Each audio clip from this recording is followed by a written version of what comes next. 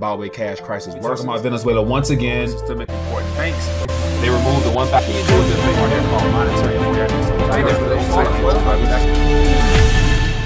Hey there, hope all is well. Back at you today with some RT news updates. And as you tell from today's title, we're going to be talking about the crisis in housing. So not only do we have articles such as the pension crisis, we got the retirement crisis, we got the housing crisis, we got the Wall Street market crisis, we got all these crises in the mainstream news. And so I thought I would take a minute just to share this article with you here to give us more insight into what's really happening in this artificial, overly inflated bubble of the economy that we're in. So here's an article here that talks about America's housing crisis is a ticking time bomb. So I'm going to share this article with you as well as one more in regards to what's happening out in California with the idea that the middle class is being completely priced out of the housing sector.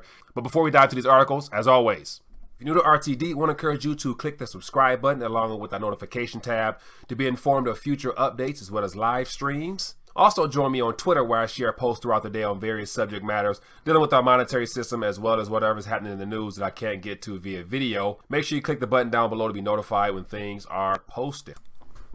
So today, before I dive into this article, I want to remind you that tonight at 9:30 Eastern Standard Time, I will be having an RTD Live Talk with Susan Bosky, who is a financial and physical wellness coach out in the state of Washington. So she'll be joining us tonight to share her thoughts on the global economy as well as a couple ideas of how to experience wellness in your physical as well as in your finances in this day and age. And so make sure you guys tune in tonight at 9:30 Eastern Standard Time to see that. But in regards to the articles today, I want to just thumb through it briefly, give you something to think about. And as always, take time to scroll down for yourself to find out more about it. But give you an idea what's on the surface. It says America's housing crisis is still a ticking time bomb. It says a new report revealed rising rents and surging inequality, and it's only going to get worse.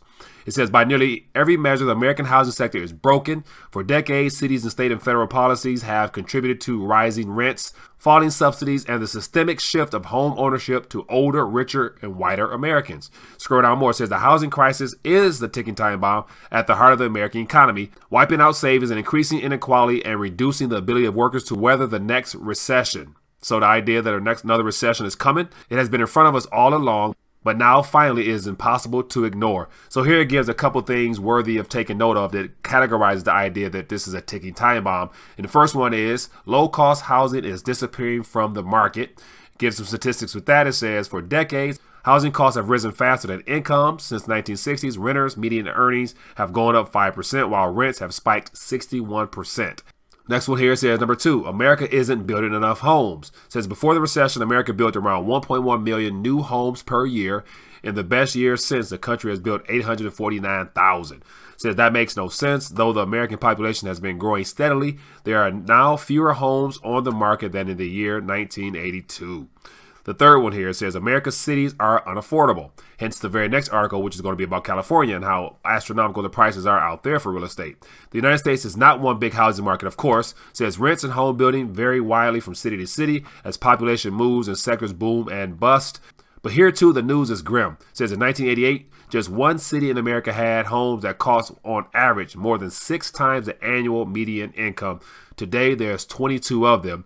So if you scroll down this little map here, it says median home prices in the most western metros are 5 times greater than income. So with the blue mean it's a little bit more affordable. And then here in the very dark orange is 8 and 0 and over. Here we have all California and a little bit of Oregon here. But other than that, all California area as well as Hawaii are extremely expensive, and the cost of living there has become a burden on the citizens. Racial disparities are getting worse. It says at every level, the housing crisis hits minorities harder. It says cost burdens are prevalent among low income and minority households. Give some statistics here amongst white, black, Hispanic, and Asian and other in regards to the current burdens are prevalent among low income and minority households. So definitely some interesting stats worth checking out there.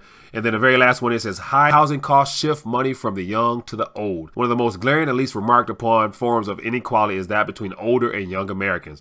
In nearly every way, rising home values and booming rents have benefited older Americans while holding younger Americans back. It says since 2013, the average homeowner has seen their net worth rise $201,600 to $231,400. Renters have watched theirs fall from $5,600 to $5,000. So one of the things that really stands out to me is when they talk about the word net worth. Just the very word net worth lets you know that a lot of people are gauging their entire portfolio and their entire worth in regards to assets and liabilities in comparison to their house, as well as a stock portfolio. So as you scroll to the very top here, the article starts off by saying that, any minute now we could be due for a recession. And so when a recession does come officially in the form of a housing crisis or a stock market crisis of some kind, that's going to be the bulk of net worth that will be wiped away.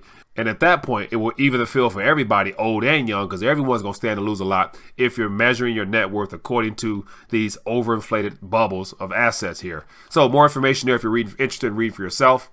Very next article here, it says from the Sacramento Bee, it says how to solve California's housing crisis. Influencers have ideas. So give you an idea what's going on here. It says homeowners are commuting an hour or more to find a house they can afford. It says middle-class workers are crowding in San Francisco apartments with multiple roommates.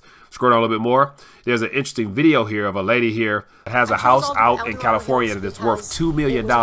And so she's selling it and moving away from her hometown to buy something a little bit cheaper at $500,000. And she's basically saying how she was priced out of the market to where she just can't afford it anymore. And so if you read through this article here, you hear more stories like this of people in California, because of the cost of living being so high there, the state's going to have a major issue of the population shifting out of California eventually because of the cost of living there. So I just wanted to shine a little light on the whole housing crisis that's going on here. And so not only are we supposed to be in an economic expansion and all the things that the mainstream media would tell us, but yet on the streets, people are feeling the pinch, especially out west in the state of California, as housing continues to increase in cost, as well as overall food costs, as well as utilities and all those things needed to survive. So it's just a matter of time before this playing field is even, in my opinion, from the old and the young, because everyone will feel the pinch when there is a market correction where the net worth concept will be of major importance to everyone, because there will be a complete wiping away of portfolios in regards to the concept of net worth when the housing and the stock market both correct to what their fair value should be. If we weren't in a monetarily induced economy due to all this funny money as well as 0% interest rates and easy financing. So just want to shine a little light on the housing crisis. Would love to hear your thoughts on this matter. Leave a comment down below. Make sure you tune in tonight, RTD Live Talk, 9:30 Eastern Standard Time. Look forward to seeing you guys tonight. Thanks. Is the next recession? Recession will be. Will be a recession. We're going to hit a recession. The date of the next recession? A U.S.-only recession typically lasts 8 to 10 months, but a lot of things about this particular one have not been typical. So a crash is coming now, whether it's 6 months from now, 12 months, 36 months, no one knows. I go to bed every night, I dream of another recession. If you know what to do, if you have the right plan to set up, you can make a lot of money from this.